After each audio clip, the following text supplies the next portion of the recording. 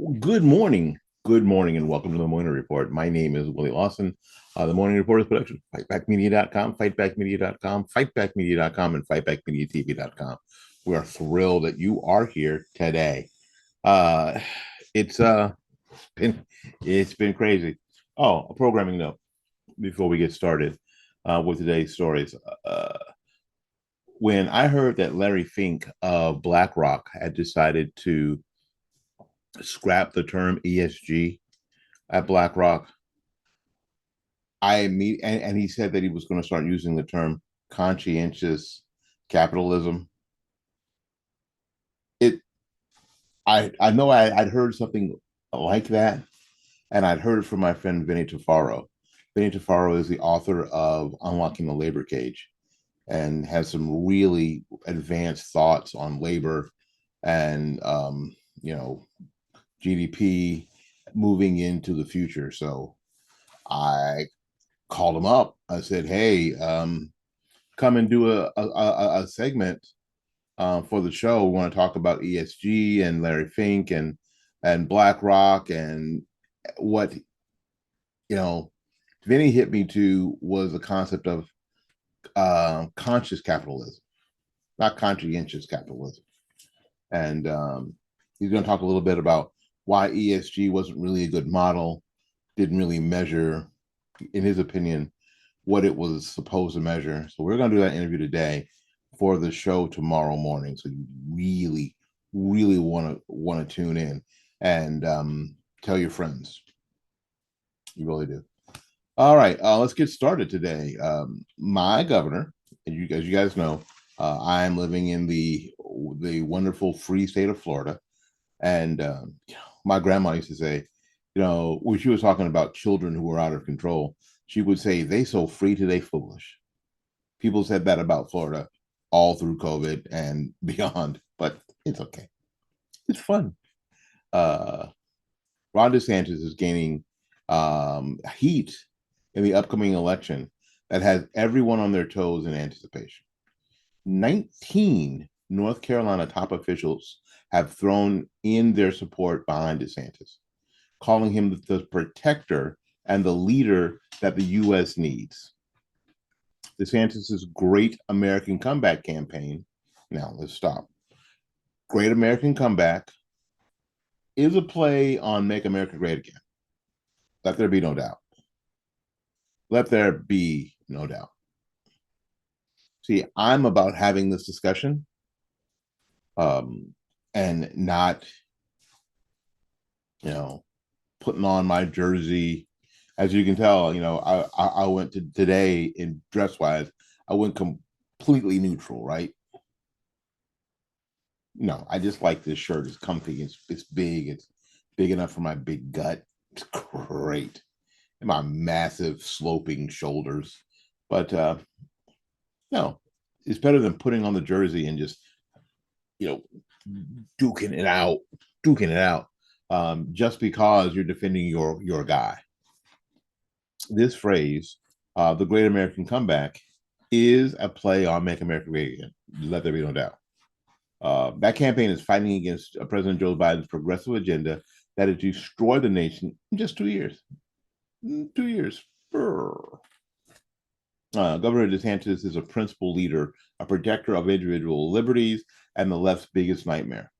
And we have said this here on the show. I believe that the left is freaked out about Ron DeSantis. Why would I say that? Because even before Ron DeSantis actually declared that he was running for president, the left was on him. On him. Why? Because of laws that had been passed in Florida concerning all sorts of things.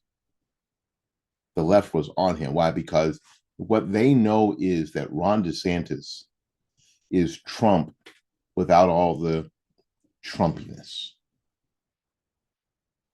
Ron DeSantis is Trump without all the Trumpiness. Ron DeSantis is a military jag. He's also again, his wife just kicked cancer's ass. They've got two beautiful children. He's a successful governor in the state of Florida, piloted Florida through COVID, and came out the other end smelling good. There are more people moving to Florida than anywhere else in the country, from everywhere in the country, from a lot of blue states. That's why my favorite sheriff, Sheriff Grady Judd, said this: "Hey, listen, welcome to Florida, and you're here because of the way that we do things. So, listen, you're welcome here. Just leave your blue state politics where you left them. Don't come here thinking that you're going to make Florida Michigan, or you can make Florida California, or New York. Not going to happen." This weekend on the weekend report, I'll tell a story about how people from up north tried to come into Florida down south and impress us with their shiny, pointy, shiny shoes, and how it failed miserably when I was teaching. Uh, Remind me to tell you that story. All right. In any case, Governor DeSantis is a principal leader, a protector of individual rights, and the left's biggest nightmare. North Carolina House Majority Leader John Bell said he will beat Joe Biden, usher in a great American comeback. GAC.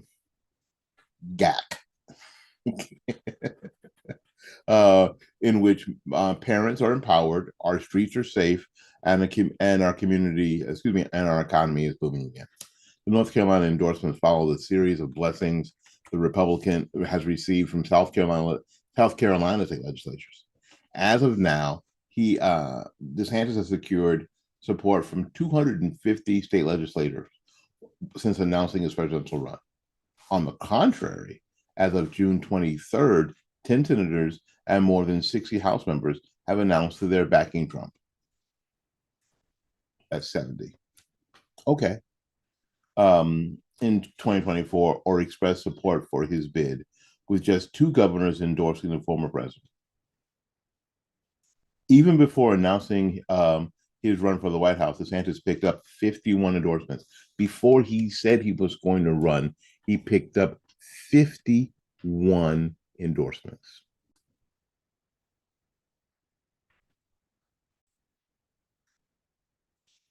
Speaker Paul Renner, Republican from Florida, praised DeSantis' pro-family, pro-economic agenda that's kept Florida free, confident that the governor will be able to do the very same thing for the country as president. Since launching his campaign, DeSantis has visited nearly all 4 early states, garnering large crowds and expressing their plans to vote for him. On Tuesday, DeSantis and former President Trump held dueling events in New Hampshire, deepening the rivalry between the 2 GOP candidates. The 2 shots fired at one another, DeSantis vowing to actually build a U.S.-Mexico border wall that Trump attempted to complete as president. At the same, now, in fairness, Trump did not have a lot of help with this border wall. And I think, quite frankly, for Trump, it was more, I don't know, concept and allegory, maybe not a real thing. And there were some pictures of a real thing, but I don't think it was that. I think it was more a concept than a real thing. I think with Governor DeSantis, it's going to be a real thing. I mean, if you look at borders being built south of Mexico and the like, a lot of them come using American taxpayer dollars to be built. A real, live, effective border is something that really needs to happen, don't you think? Don't you think? Anyway, at the same time, Trump accused the governor of supporting cuts to Social Security, Medicare, and other entitlement programs to tame federal spending. Yes. Yes. That should happen. That should happen. The only way to tame federal spending is for everything to be on the table, including Social Security, including Medicare, Medicaid, military spending. It has all got to be on the table, every bit of it. There can be no set aside for, oh, but we can't touch this because it's in a lockbox.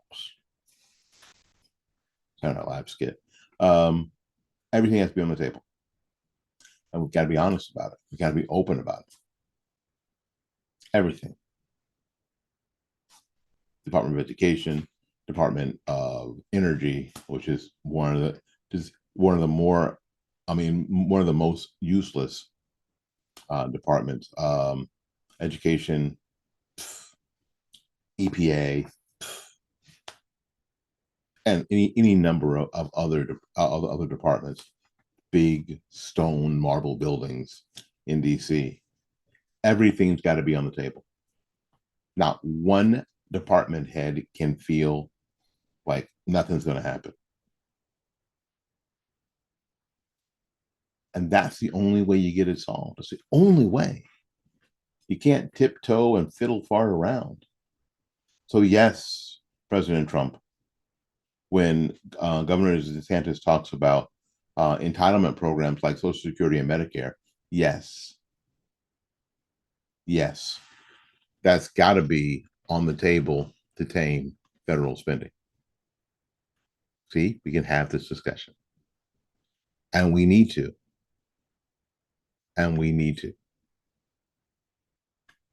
At this point, 400 and I don't know, 80 some odd days away from the election.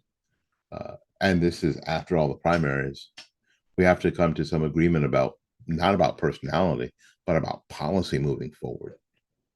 So whoever wins the nomination has a policy agenda, not just that you can celebrate the person. Screw that. Now, can you put together a set of policies that and go forward with that? That's the important thing. That's the important thing. And on the weekend, that reminds me. Please remind me. I want to talk about President Trump had I thought, a fabulous opportunity with the African American community in the country on his 10-point plan. That he got some of it done, but he didn't get all of it done because he got distracted with impeachments and all this other stuff instead of keeping his nose to the grindstone, staying focused, not worrying about his legacy, not worrying about what people said about him on Twitter, not worrying about being banned from Twitter and banned from Facebook and banned from Instagram, and worry about the things that he promised and finishing the job. Because frankly, you only have 4 years to start and quote finish the job. You are not guaranteed 8 years so you could finish what you started.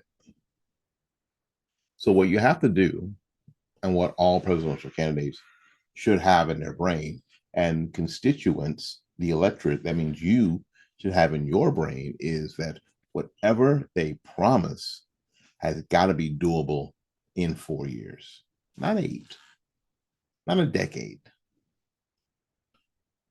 You know, when they start talking about this bill is going to, or this thing is going to cost $80 quadrillion over the next 10 years. Mm-mm. It should be over the next 4 years. How much is it going to cost over the next 4 years? That's the important one. Because after that, there's no guarantee that you'll get elected again. No guarantee that you should get elected again.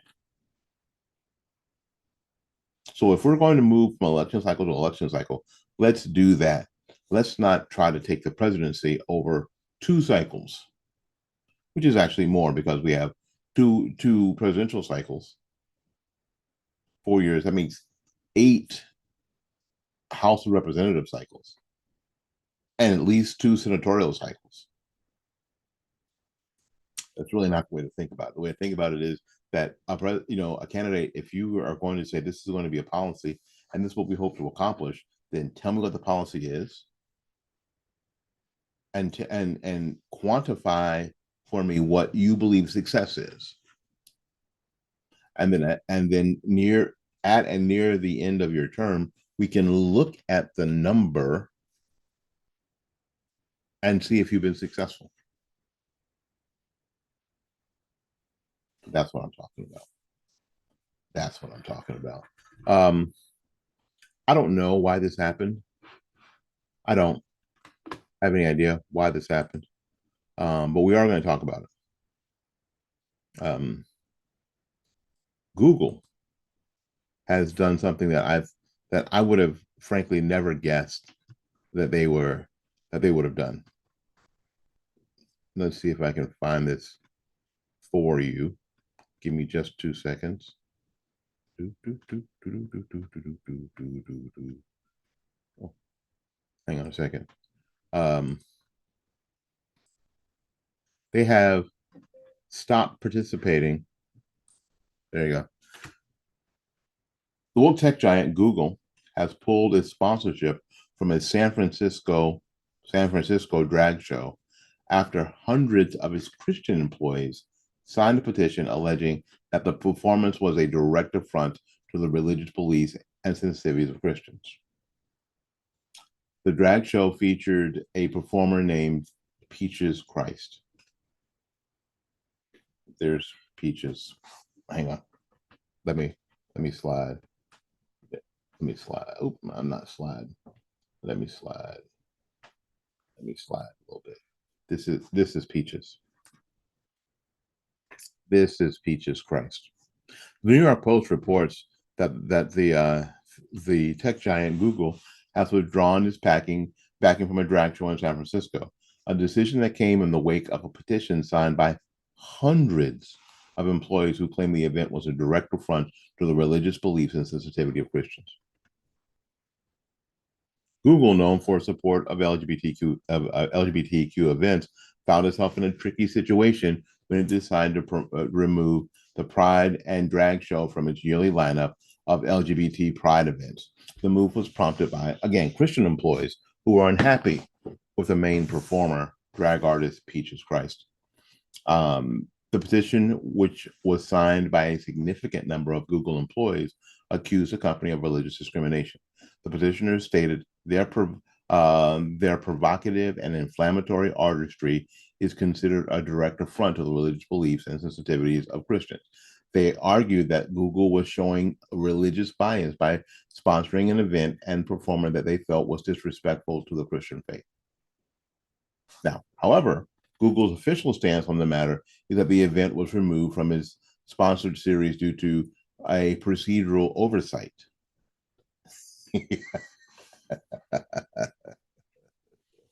The company representative explained this particular event was booked by and shared with one team without going through our standard events process. Why do you think that is?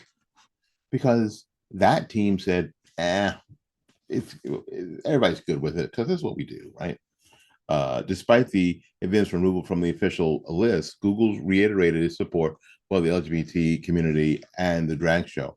And the representative added, while the event organizers have shifted the official team event on site, the performance will still go on at the planned venue. It is open to the public, so employees can still attend. The decision to pull the show from its sponsored series sparked criticism from other employees who are unhappy about the petition and Google's decision to retract sponsorship. However, Google did not comment on whether the petition had any influence on the decision to cancel the program. Now, you know doggone well it did. Now, how this is encouraged. If we will just stand up, if we will just stand up, and if we will just push back, if we will just say something, if we'll just stop being wilting flowers. Oh, well, Jesus, please come back now. Come back and get us. Jesus is not coming back for a defeated church, by the way. If we stand up and move forward, we are hard to be resisted. In the aftermath of the controversy, Google urges employees to attend the Pride event, sure, underlining its continued commitment to celebrating and supporting the LGBT community. Of course, I did, and that's whatever. The important part of the story is this: and this goes for Christians, this goes for conservatives, this goes for all of us. Just stand up. And sometimes the answer to the question is no, no. One of the things in the book, um, Rules for Radicals, is that you have to make your enemy, and this is how Zelensky puts it, you have to make your enemy stand up or follow its own rules. And the example he uses is that Christians can no longer live up to Christianity. They can't. So you make these people follow their own rules. And this is what this group of Christians who are everywhere. I know we think that sometimes we are all by ourselves and we are just huddling in our homes, waiting for the rapture. Rapture's not coming unless we fight back. And the Christians are everywhere. What was the prophet? He said, there's more of us than there are of them. And we're everywhere. This story makes me happy. In any case, be with us tomorrow with my friend Vinny Tafaro of Unlocking the Labor Cage, who comes on to talk about ESG and conscious capitalism, and offers a viewpoint that maybe not a lot of us have heard, because nobody's talking about it in the way that my friend Vinny is talking about it. It's going to be like a 10-minute spot, hopefully, 10, maybe 10, 15-minute spot, and we're looking forward to presenting it to you. Anyway, we got to get out of here and make room for somebody else. So until we see you again, go out there and learn something, love somebody, and for goodness sakes, y'all take care of yourself. We will see you when we see you. Bye bye now.